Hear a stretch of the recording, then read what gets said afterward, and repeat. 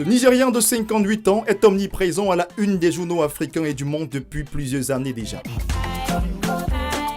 Des magazines économiques au Review People, son nom est très souvent cité dans les articles de presse. Raison ? Aliko Dangote impressionne dans les milieux d'affaires. Il est désormais à la tête d'un empire financier, Dangote Group.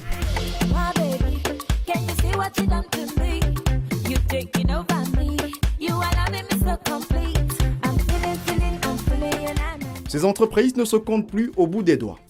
Le monde du ciment, il le connaît très bien. C'est d'ailleurs sa porte d'entrée dans le monde des affaires en 1977. Un apport financier de son oncle, 3 camions reçus de son grand-père, un prêt remboursable, ainsi commence l'aventure Dangote Cement. C'est un peu le cœur des activités du groupe Dangote. Ces cimenteries reparties sur le continent, notamment au Nigeria, en Zambie, en Éthiopie, nouvellement au Cameroun et au Sénégal, rapportent plus de 60% des revenus du groupe pour une production globale de plus de 14 millions de tonnes de ciment par an. Au Nigeria, il a fait appel à de très nombreux chauffeurs de camions indépendants pour assurer la distribution dans les coins les plus inaccessibles du pays. Sans doute, il en sera de même au Cameroun, car on voit ici dans un parc à Douala la flotte de camions de la cimenterie.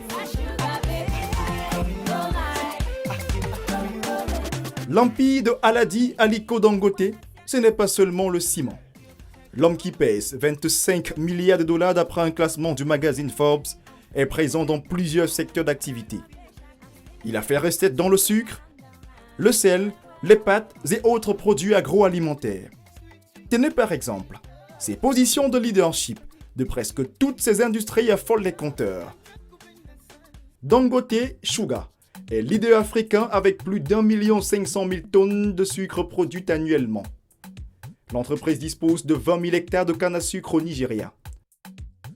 Dangote AgroSacs Limited, spécialisé dans la fabrication des sacs d'une contenance de 50 kg, est leader mondial d'après le site officiel du groupe avec 500 millions d'unités par an. Le groupe est aussi leader nigérian dans le secteur de la production des pâtes alimentaires avec 10 tonnes de nouilles toutes les heures.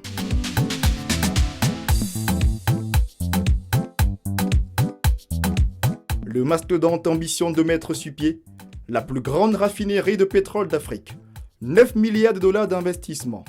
Ce giga-projet prévu à Lagos va permettre à terme de transformer 400 000 barils quotidiens de pétrole brut. Ces ambitions pour le Nigeria en particulier et l'Afrique en général sont pharaoniques. Doté d'une exceptionnelle agilité intellectuelle et de sa capacité à prendre d'énormes risques financiers, le natif de Kano ne s'arrête donc jamais. Il est un homme d'affaires singulier dans le sens où il s'évertue à respecter 3 principes. Réinvestir ses profits dans le pays au lieu de cacher de l'argent dans les paradis fiscaux. Mener un train de vie modeste. Tout miser sur le marché intérieur du pays le plus peuplé d'Afrique. Une introduction de Dangote Cement à la bourse de Londres est envisagée. L'ambition étant pour lui de créer une entreprise de classe mondiale.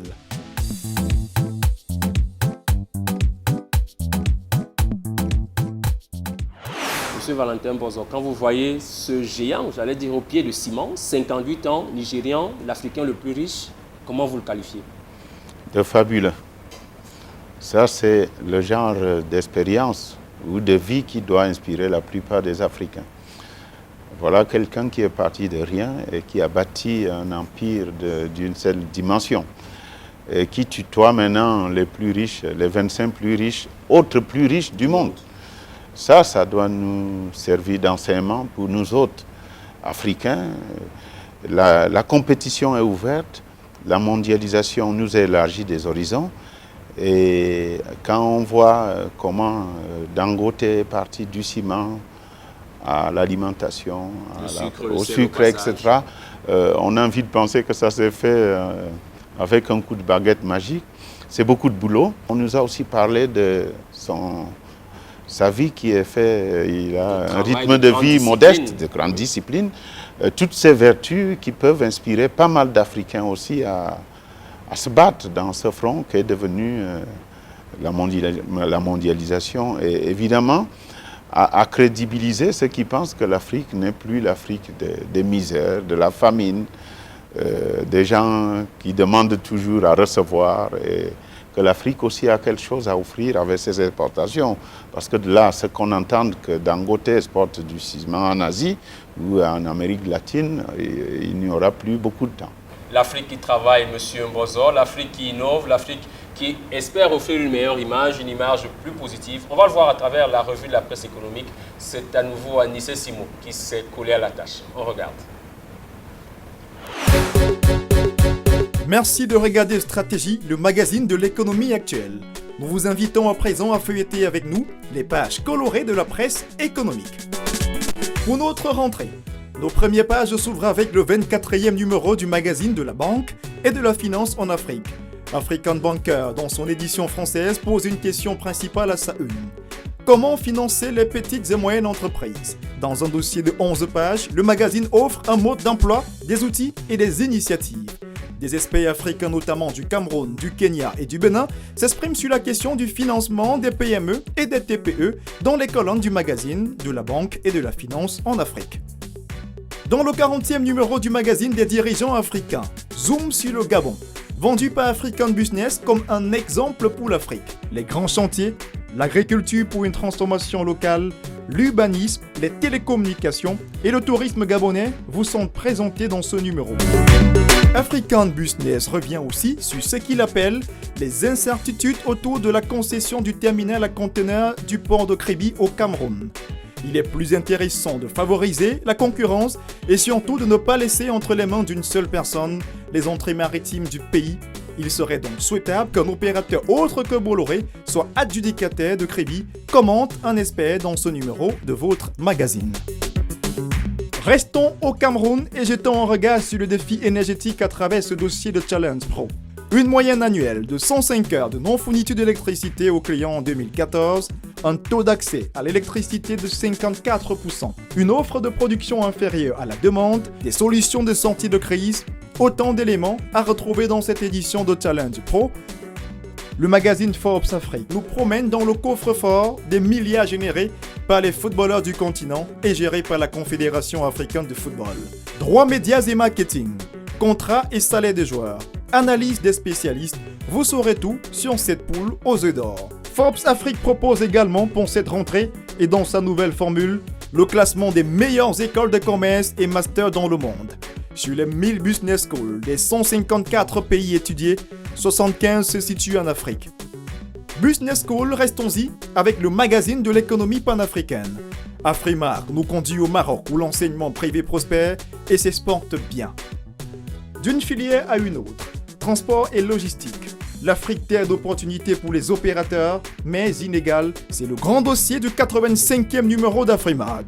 Toutes ces données et bien d'autres, citées plus haut, sont à retrouver en kiosque dans vos paritions économiques de ce mois. Merci d'avoir suivi et à très bientôt. Monsieur Valentin Mbozor, nous sommes arrivés au terme de cette édition. Vous avez accepté de partager avec nous votre expertise sur le transfert d'argent, la banque mobile, mais également les cartes bancaires. Quel avenir? Merci encore une fois de me donner le mot de la fin. Je dirais que tous ces outils ou tous ces services vont concourir à moderniser, à faire ce que je pourrais appeler, si vous me permettez l'expression, l'émergence financière. Je disais tantôt qu'aucun pays ne s'est développé au monde avec le cash. Comment mettre rapidement de l'argent à disposition des gens, la mobilité, la sécurité, la traçabilité, l'incidence sur le taux de croissance de cet argent dans les secteurs formels et les mouvements de population. Nous sommes dans la CEMAC. Un pays comme le Cameroun vend beaucoup dans les pays voisins ou à l'étranger.